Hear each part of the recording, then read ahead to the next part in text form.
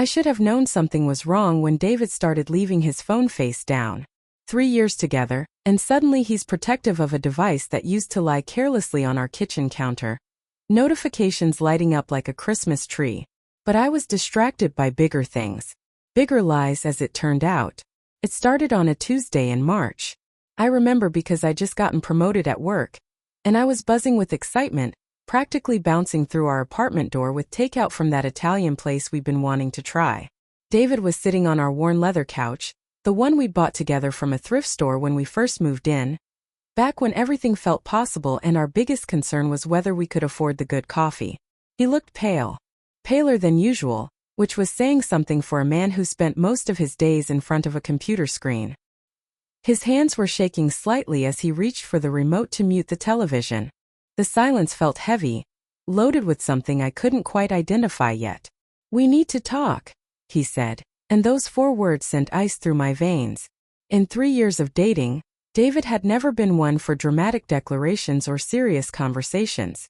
He was the type to leave notes in my lunch bag and text me pictures of dogs he saw on his morning run. Serious conversations weren't his style. I set the takeout on our small dining table, my appetite already fading. "What's going on?" He patted the couch beside him, and I noticed his wedding ring catching the lamplight. We'd been engaged for 8 months, wedding planned for September. The invitations were already ordered, sitting in a neat stack on my desk at work, waiting to be addressed and mailed. "I went to the doctor today," he began, his voice softer than I'd ever heard it. "For that cough I've had. You know, the one that's been keeping us both up at night." I nodded.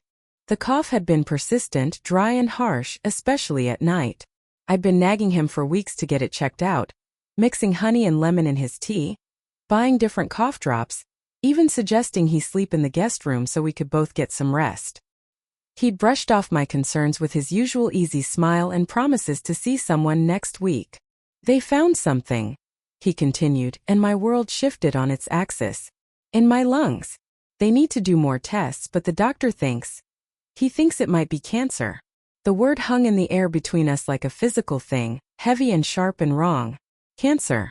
My David, with his terrible jokes and his habit of singing off-key in the shower and his dreams of opening a small bookstore someday. Cancer. I remember the feeling of my body going cold, starting from my chest and spreading outward until even my fingertips felt numb. I remember the way the apartment suddenly felt too small and too big at the same time.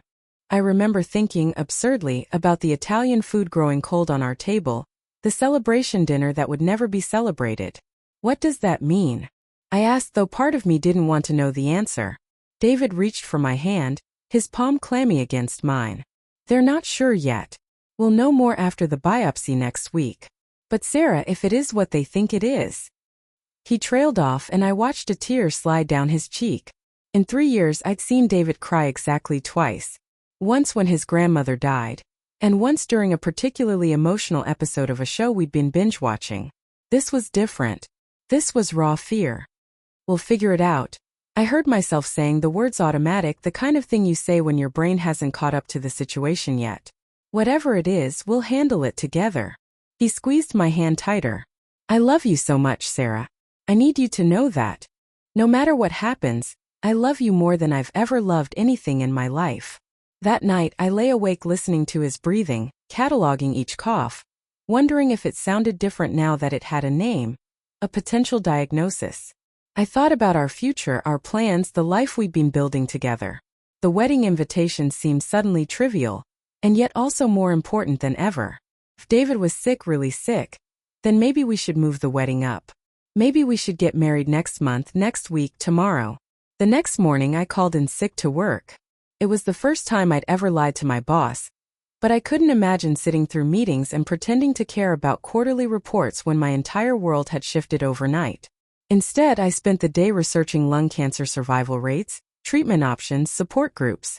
I made lists of questions for his oncologist, researched the best hospitals in our area, even looked into experimental treatments being offered across the country.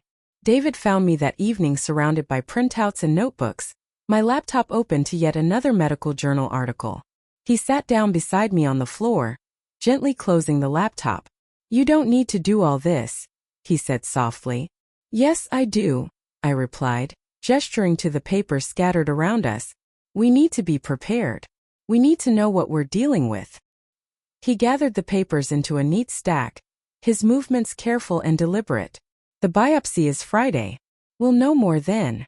Friday came and went. Then the following Monday, Tuesday, Wednesday. Each time I asked about the results, David had a different excuse. The doctor was running behind, they needed additional tests, the lab was backed up. It was frustrating but not unusual. Healthcare moved slowly, I told myself. These things took time. Meanwhile, I threw myself into being the perfect supportive partner. I researched anti-cancer diets and filled our refrigerator with organic vegetables and superfoods. I bought books about supporting loved ones through illness. I even attended a support group meeting for partners of cancer patients, sitting in a circle of folding chairs in a church basement, listening to stories that made my heart break for what might be coming. The woman sitting next to me, Margaret, had been caring for her husband through stage 4 pancreatic cancer for 2 years. She talked about the exhaustion, the financial strain, the way the disease had changed not just her husband but their entire relationship. When she asked about my partner's diagnosis, I found myself fumbling for words. We're still waiting for test results, I said, hating how the words felt like a lie even though they weren't. Not exactly. It was Margaret who first planted the seed of doubt, though she certainly didn't mean to.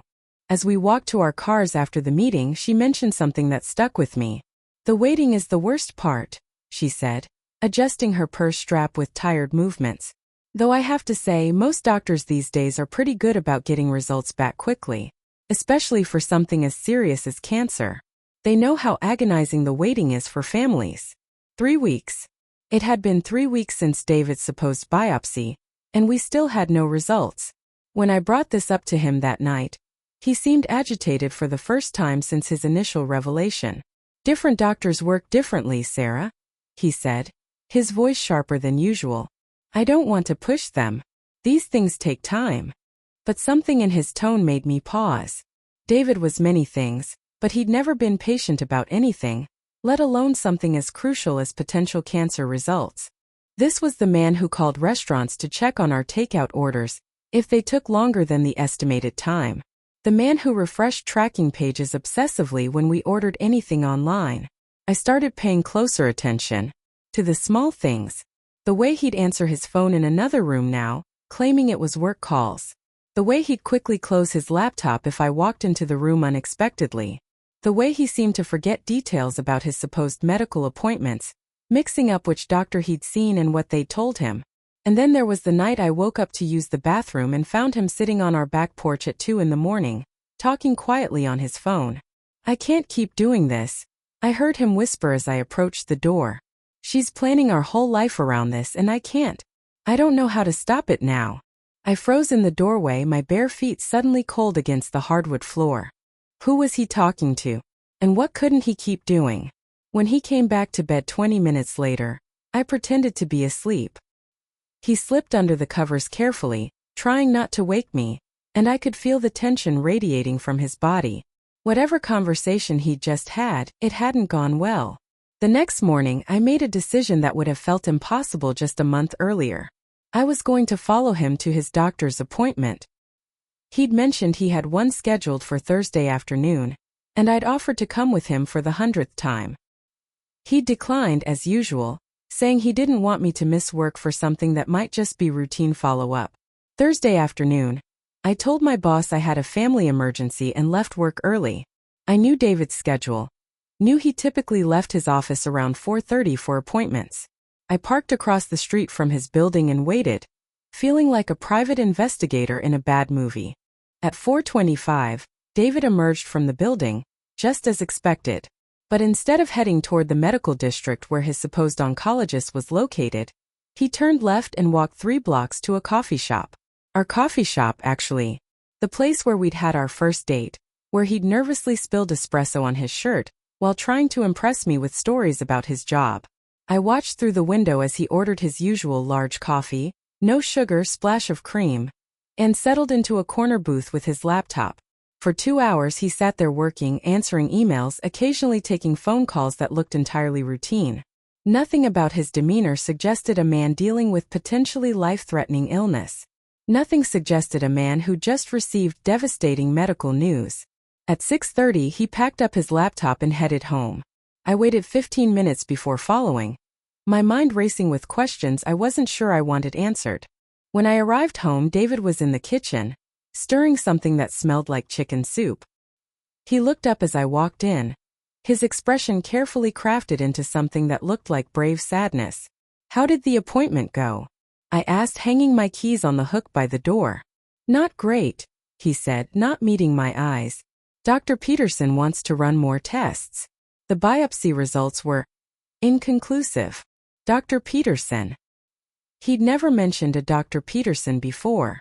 In all our conversations about his supposed medical care, he'd been frustratingly vague about names and details, claiming he didn't want to overwhelm me with medical jargon and personnel. That night, I did something I'd never done in our relationship. I went through his phone while he was in the shower. My hands shook as I scrolled through his call log, his text messages, his email. I felt sick about violating his privacy, but I felt sicker about the growing certainty that something was very, very wrong. There were no calls to or from any medical offices. No appointment confirmations, no test result notifications, no communication with insurance companies. What I did find was a series of text messages with his coworker Jake. Messages that made my stomach drop to my feet. "How long are you going to keep this up?" Jake had written 3 days earlier. "I don't know," David had replied. "She's completely reorganized her life around this. She's talking about moving the wedding up, about me quitting my job to focus on treatment. I'm in too deep now. Dude, you have to tell her the truth. This is insane." "I know. But if I tell her now, she'll leave for sure. At least this way, I have time to fix things between us." I sat on our bathroom floor, David's phone clutched in my trembling hands, reading and rereading those messages until the words burned themselves into my memory. He was faking it. All of it. The cancer, the appointments, the fear, the brave face he'd been putting on. All of it was a lie designed to keep me from leaving him. But why would he think I was going to leave? We'd been planning a wedding, for God's sake. We'd been talking about kids, about buying a house, about growing old together. What had made him so desperate, so convinced that our relationship was in jeopardy that he'd resort to something this elaborate and cruel? The shower was still running. I could hear David humming, actually humming, as if he didn't have a care in the world. As if he wasn't in the middle of perpetrating the most devastating lie of my life. I put his phone back exactly where I'd found it and walked to our bedroom, my legs feeling unsteady. I sat on the edge of our bed, the bed where we'd made love just that morning, where he'd held me and whispered about how grateful he was to have me by his side during this difficult time. The bed where I'd lain awake so many nights worrying about losing him, about what our life would look like if the worst happened. The worst had happened, just not in the way I'd imagined. When David emerged from the bathroom, towel wrapped around his waist, hair still damp, he found me sitting in the same position. He smiled at me, that easy, familiar smile that had made me fall in love with him in the first place. "You okay, babe? You look like you've seen a ghost." A ghost. Yes, that was exactly what I felt like. Like the woman I'd been an hour ago had died, and I was now haunting her life, going through the motions of a relationship that had been built on a foundation of lies. "Just tired," I managed to say. "It's been a long day." He crossed the room and sat beside me, reaching for my hand. His touch, which had always been comforting, now felt like a betrayal. "I know this is hard, Sarah. All of this uncertainty, all of this waiting. But we're going to get through it together. Okay?" I nodded, not trusting my voice. Together. As if we were a team. As if he hadn't been playing a game where only he knew the rules. That night, I lay awake beside him, listening to his peaceful breathing, wondering who this person was that I'd been sharing a bed with for 3 years. How long had he been capable of such deception? What else had he lied about? Our entire relationship suddenly felt suspect, every memory tainted by the possibility that other parts of it had been fabricated too. I spent the next week in a strange kind of limbo, going through the motions of being a supportive partner while internally screaming. I made him special meals designed to boost immunity and fight cancer cells. I researched treatment centers and second opinion options. I even called my boss to discuss taking extended leave to care for David during treatment. Meanwhile, David continued his performance with disturbing ease. He complained about fatigue and appetite loss. He mentioned side effects from medications I now knew he wasn't taking. He even showed me what he claimed were test results, printed pages with medical terminology that I realize now he must have found online and doctored to include his name. The most heartbreaking part wasn't even the lie itself. It was watching him watch me care for him. There were moments when I'd catch him looking at me with something that might have been guilt, but mostly he seemed almost pleased by my attention, my devotion, my willingness to restructure my entire life around his fictional illness. I started to understand that this wasn't just about keeping me from leaving. This was about control. This was about ensuring that I would never even consider leaving, that I would be so emotionally invested in his survival that abandoning him would feel not just difficult but monstrous. The revelation came, ironically, from his own carelessness. 2 weeks after I'd discovered the truth, David left his laptop open while he went to pick up dinner. A Facebook message notification popped up on the screen, and without thinking, I glanced at it. It was from his ex-girlfriend, Emma, the one he'd dated before me, the one he'd sworn he was completely over. "Thanks for last night," the message read. "I've missed this. When are you going to tell her the truth about us?" My blood turned to ice. Last night. The night he'd claimed to be at the hospital for late-night testing. The night I'd sat at home watching medical documentaries and researching clinical trials, preparing myself to be the best caregiver possible. I clicked on their message thread, my hands moving almost independently of my conscious mind. Months of messages unfolded before me. Months of David talking to Emma, meeting with Emma, sleeping with Emma. All while I'd been planning our wedding and researching his fake cancer treatment. The affair had started 6 months ago, around the time I'd begun bringing up concerns about our relationship. We'd been going through a rough patch. Nothing dramatic, just the kind of communication issues that crop up when you've been together for a while and stop putting in the same effort. I'd suggested couples therapy. David had said we could work through it ourselves. Apparently, his version of working through it involved sleeping with his ex-girlfriend, and then fabricating a terminal illness to ensure I'd never leave him. I scrolled through message after message, each one a fresh wound. David complaining to Emma about feeling trapped in our relationship. Emma encouraging him to break up with me. David explaining that he couldn't, that he'd already put so much into our relationship, that starting over felt impossible. And then, the genesis of his terrible plan. What if something happened that made it impossible for her to leave? He'd written to Emma 2 months ago. Something that would make her feel like she had to stay? Emma had initially discouraged the idea, but as their affair intensified, she'd started pushing him to find a way out of our engagement. The fake cancer diagnosis was David's solution. A way to keep me committed while buying himself time to figure out what he really wanted. I closed the laptop and walked to our kitchen, where the takeout containers from that first night still sat in our recycling bin. Everything looked the same, but nothing was the same. The apartment we'd built together, filled with our shared books and photos and inside jokes, now felt like a stage set for an elaborate performance I'd been unknowingly participating in. When David returned with dinner, Chinese food from the place down the street, he found me sitting at our dining table with his laptop open in front of me. "Sarah," he said, his voice uncertain. "What's wrong?" I turned the screen toward him, Emma's messages clearly visible. I watched his face cycle through confusion, recognition, and then something that looked almost like relief. "I can explain," he said, setting down the food and moving toward me. "Can you?" I asked, surprised by how calm my voice sounded. "Can you explain how you've been sleeping with your ex-girlfriend while making me believe you're dying of cancer? Can you explain how you've watched me tear my life apart to care for you and felt nothing? Can you explain how you've let me plan our wedding while planning to..." "What, exactly? Keep lying forever?" David sat down across from me, his hands spread flat on the table. "It's not what you think." "What I think," I said, "is that you're a stranger. What I think is that the man I fell in love with never existed. What I think is that you're capable of cruelty I didn't know was possible." "Sarah, please. Let me explain. The thing with Emma, it's not serious. It's just, I was confused, okay? About us, about what I wanted. And I knew you were thinking about leaving." "I was never thinking about leaving," I interrupted. "I suggested therapy because I wanted to make us stronger. I wanted to work through our problems together. That's what people who love each other do." "But you were pulling away," he insisted. You stopped laughing at my jokes, stopped wanting to go out together. You'd come home from work and barely talk to me. I could feel you slipping away and I panicked. I stared at him, this man I'd shared a bed with for 3 years, and realized I didn't recognize him at all. So you decided to fake cancer. I didn't plan it. Just happened. I really did have that cough, and when I went to the doctor he said it was probably just allergies. But then I was sitting in my car afterward, thinking about how worried you'd been, how attentive you'd been all week, and I thought, what if it was something more serious?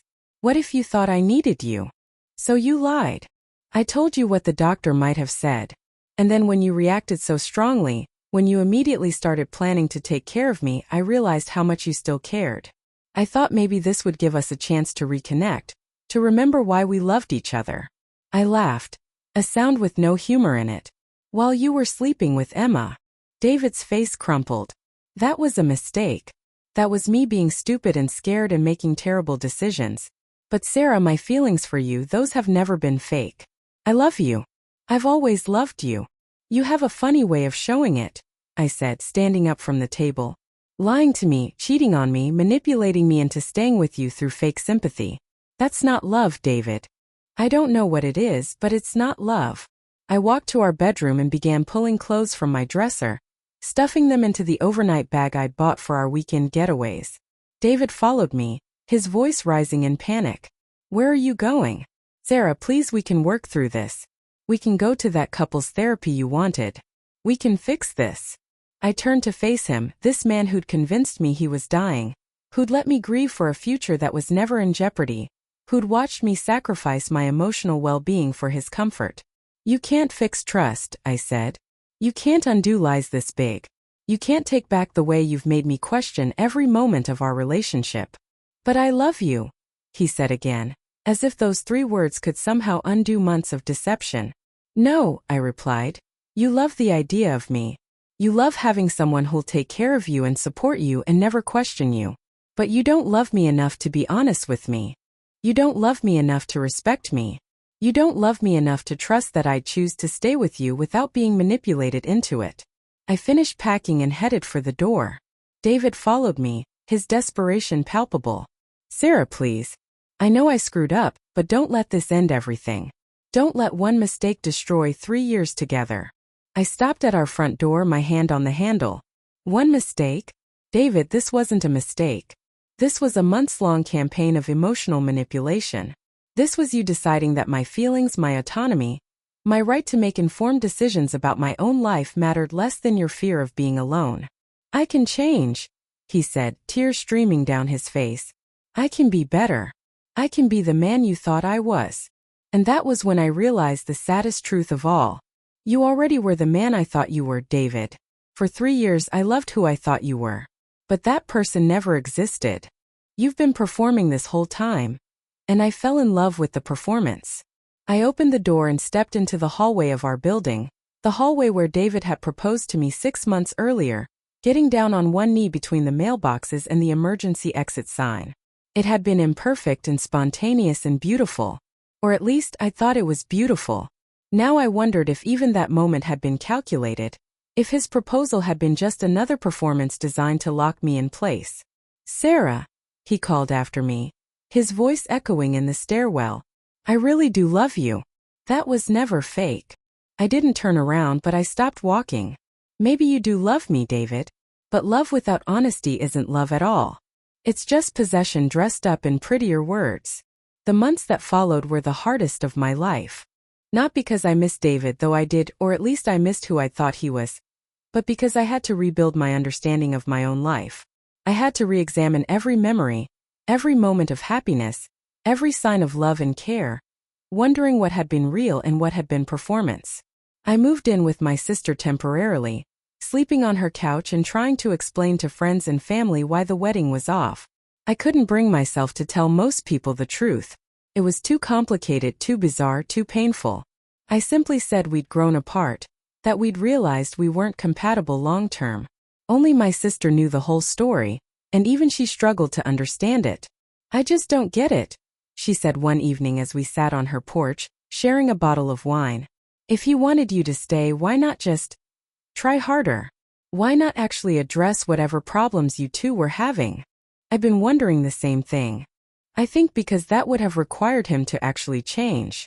This way, he got to stay exactly the same while making me feel like I needed to prove my love by staying. That's so manipulative. The worst part, I said, is that it worked. For months it completely worked.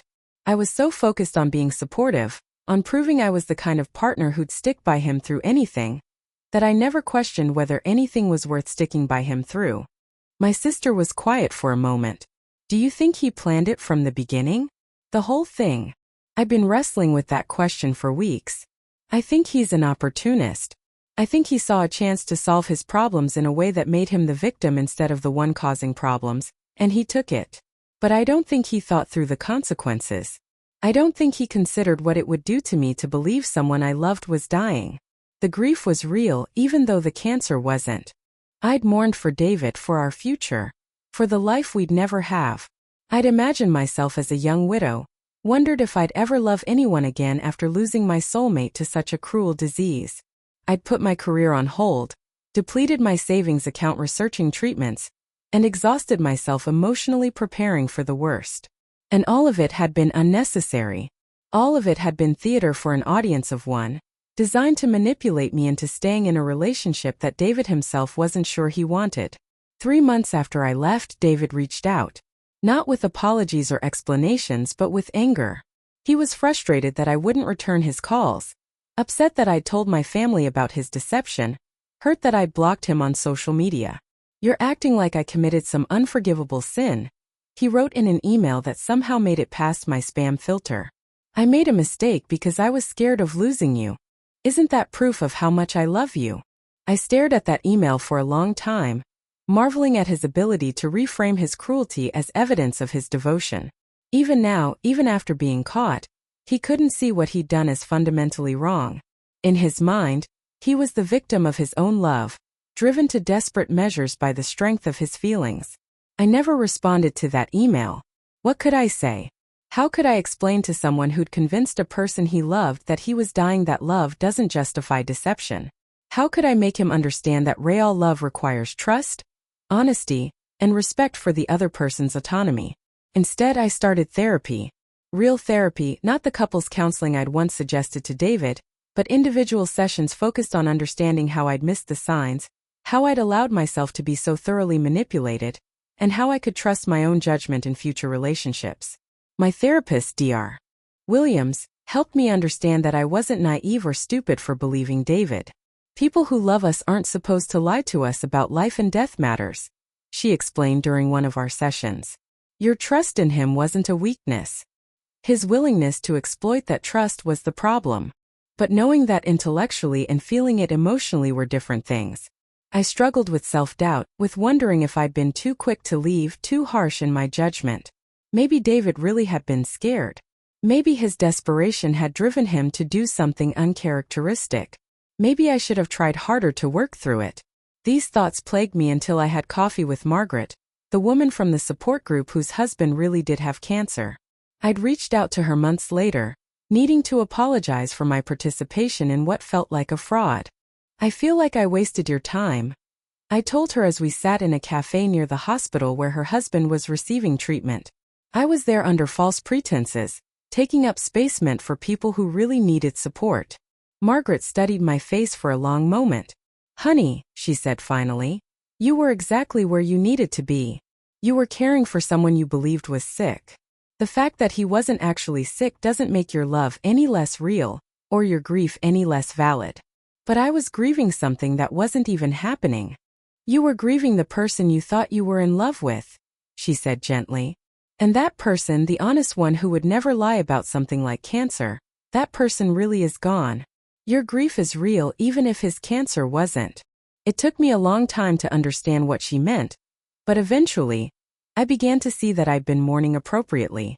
I had lost someone I loved not to cancer, but to the revelation that he'd never existed in the first place. 6 months after leaving David, I ran into Jake, his coworker, at a grocery store.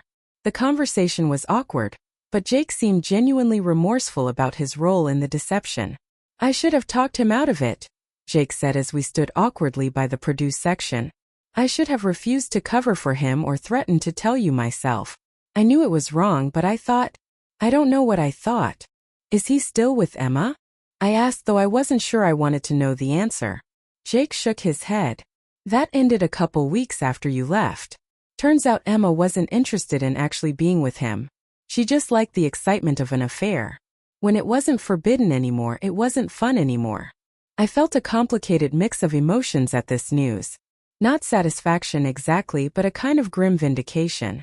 David had destroyed our relationship for something that wasn't even real on Emma's end either. How is he doing? I asked and was surprised to find that I genuinely wanted to know. Not great, Jake admitted. He keeps talking about how he made the biggest mistake of his life, how he should have just been honest with you from the beginning. But Sarah. Jake paused, looking uncomfortable. I don't think he really gets it. I don't think he understands why what he did was so wrong. He talks about it like it was just a bad decision, not like it was emotional abuse. Emotional abuse. I'd been reluctant to use that term even in therapy, but hearing it from someone else felt validating. What David had done wasn't just lying. It was psychological manipulation designed to control my behavior and emotions. It was using my love and compassion as weapons against me. A year later, I started dating again. Carefully, cautiously, with new boundaries and a much clearer understanding of what I would and wouldn't accept in a relationship. It was terrifying trusting someone new with my heart, when my last relationship had demonstrated so clearly how that trust could be weaponized. My new partner, Michael, was patient with my questions, my need for transparency, my occasional moments of doubt when his stories didn't immediately align or when he was vague about his day. He answered every question honestly, shared his phone password without being asked, and never made me feel paranoid for needing extra reassurance. Trust isn't just about being trustworthy.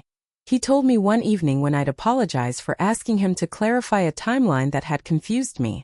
It's about understanding that some people have reasons to be careful, and being willing to be extra transparent to help them feel safe.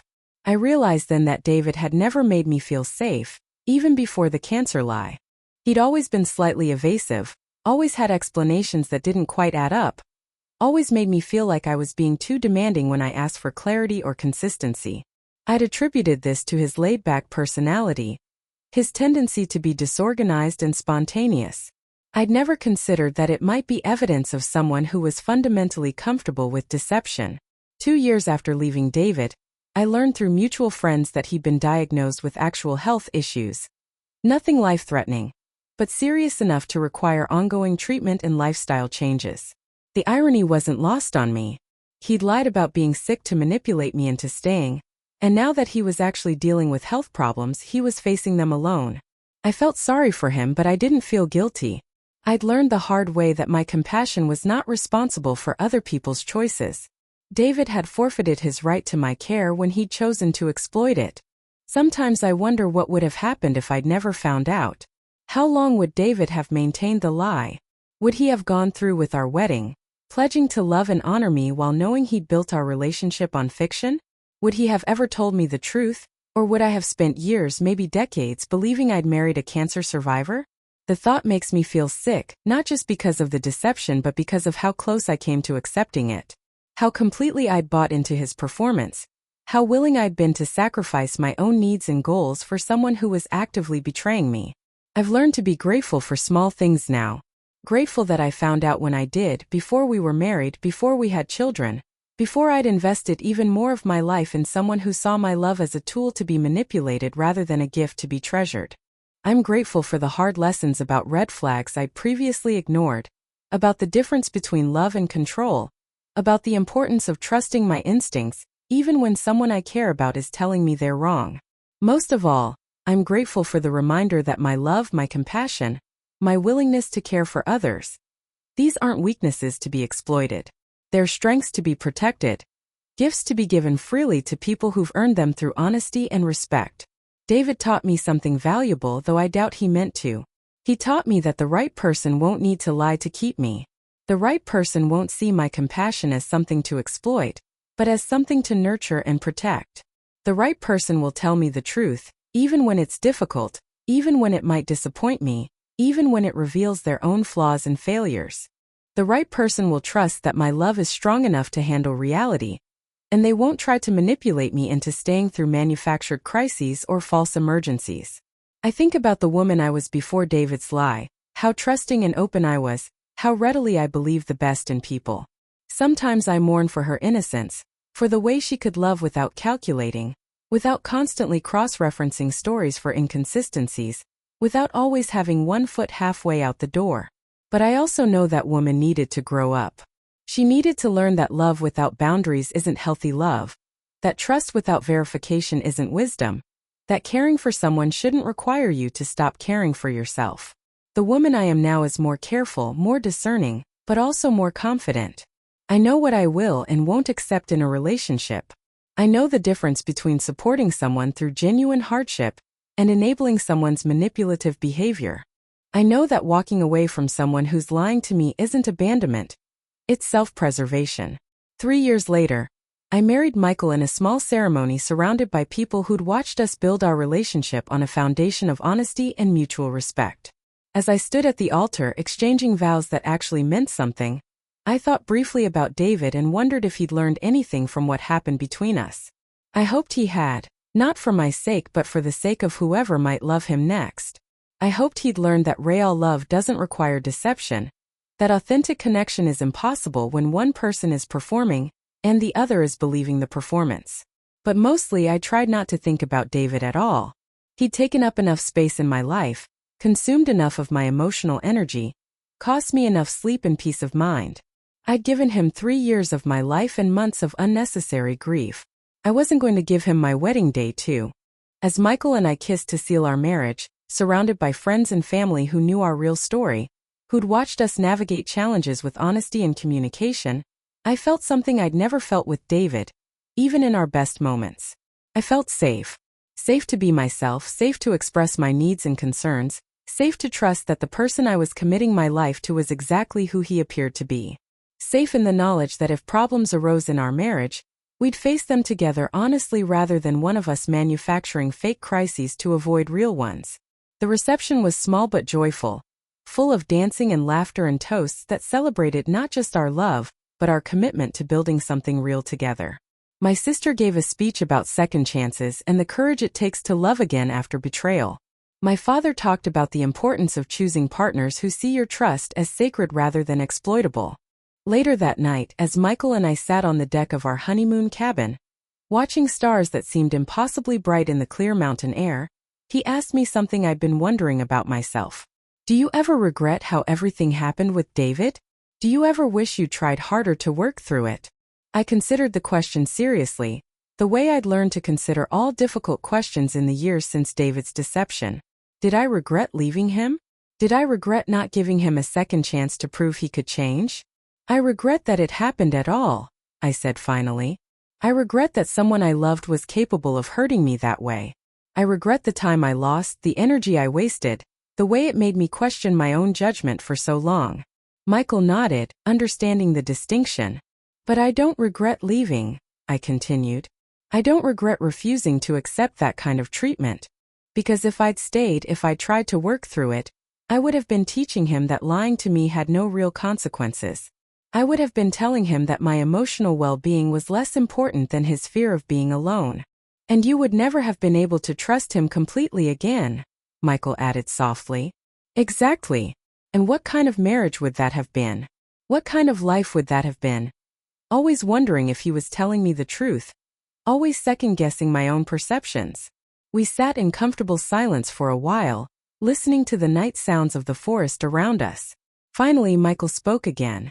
Thank you, he said, for not letting what happened with David make you too afraid to love again.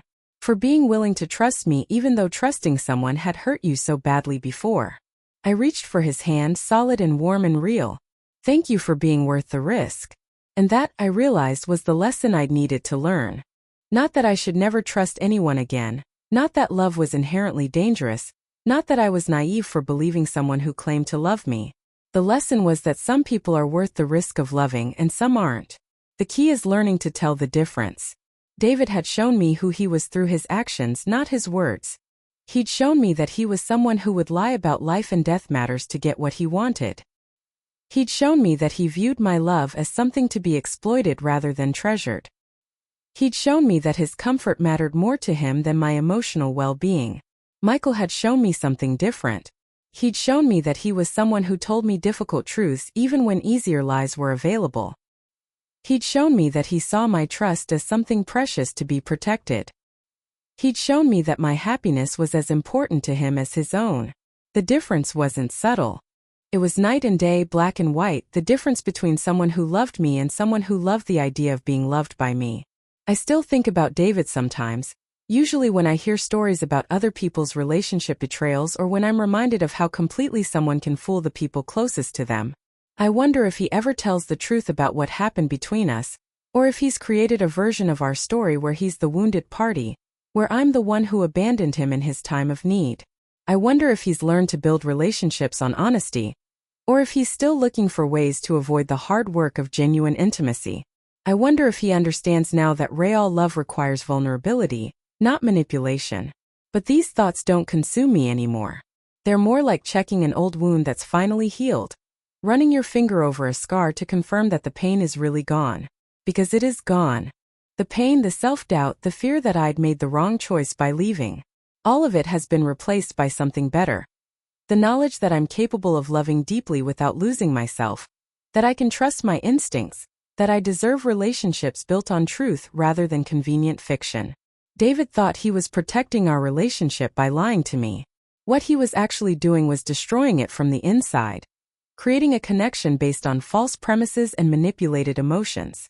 Real relationships can't survive that kind of foundation. They collapse eventually, and when they do, they take everything built on top of them down too. The cancer lie wasn't just about cancer. It was about David's fundamental misunderstanding of what love actually requires. It was about his willingness to prioritize his own comfort over my right to make informed decisions about my own life. It was about his belief that he could love me while simultaneously deceiving me, as if love and lies could coexist in the same space. They can't. I know that now. Love requires truth, even when that truth is uncomfortable. Love requires respect, even when that respect means accepting that someone might choose to leave. Love requires trust, and trust requires honesty, and honesty requires courage that not everyone possesses. David didn't have that courage. He had fear instead, and fear made him cruel in ways I don't think he even recognized. Fear made him willing to let me suffer so that he wouldn't have to face the possibility of being alone. Fear made him selfish in the deepest, most damaging way possible. I've forgiven him, not because what he did was forgivable, but because carrying anger toward someone who's no longer in my life was exhausting. Forgiveness, I learned, isn't about excusing someone's behavior or welcoming them back into your life. It's about releasing yourself from the burden of their choices. But forgiveness doesn't mean forgetting. It doesn't mean pretending that what happened was less serious than it was. It doesn't mean I'd ever trust him again or recommend that anyone else should either. What David did was a form of emotional terrorism, designed to keep me hostage in a relationship through manufactured crisis.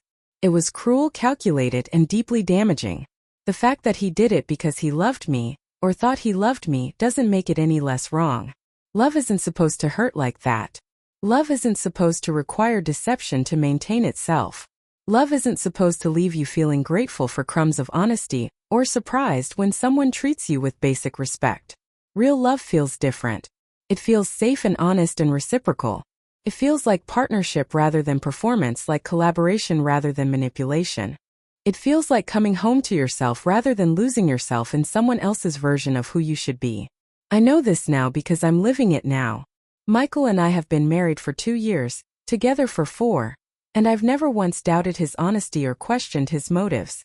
Not because he's perfect, he's not, but because he's real. Because when he tells me he loves me, I know it comes without conditions or manipulation. Because when he's struggling with something, he tells me about it instead of creating elaborate lies to avoid dealing with it. This is what I wish I could tell the woman I was 4 years ago, the one who was so desperate to save a relationship that she never stopped to ask whether it was worth saving. I wish I could tell her that love shouldn't feel like a constant test of your devotion. I wish I could tell her that the right person won't need to lie to keep you. But maybe that woman needed to learn these lessons the hard way. Maybe she needed to experience the worst kind of betrayal to understand what real love actually looks like. Maybe David, in his twisted way, gave her exactly what she needed. A clear example of everything love should never be. If you're listening to this and recognizing yourself in my story, if someone you love has lied to you about something fundamental and is asking for another chance, I want you to know that leaving doesn't make you heartless. Protecting yourself doesn't make you selfish. Refusing to accept lies doesn't make you unforgiving. You deserve love that doesn't require deception to survive. You deserve partnerships built on truth, even when that truth is difficult. You deserve someone who sees your trust as sacred, not as something to be exploited for their own comfort. Don't let anyone convince you that their love justifies their lies. Don't let anyone make you feel guilty for having standards, for expecting honesty, for walking away when those standards aren't met. Don't let anyone use your compassion against you, the way David used mine against me. Your love is precious. Your trust is valuable. Your emotional well-being matters. Don't give these gifts to people who see them as tools rather than treasures.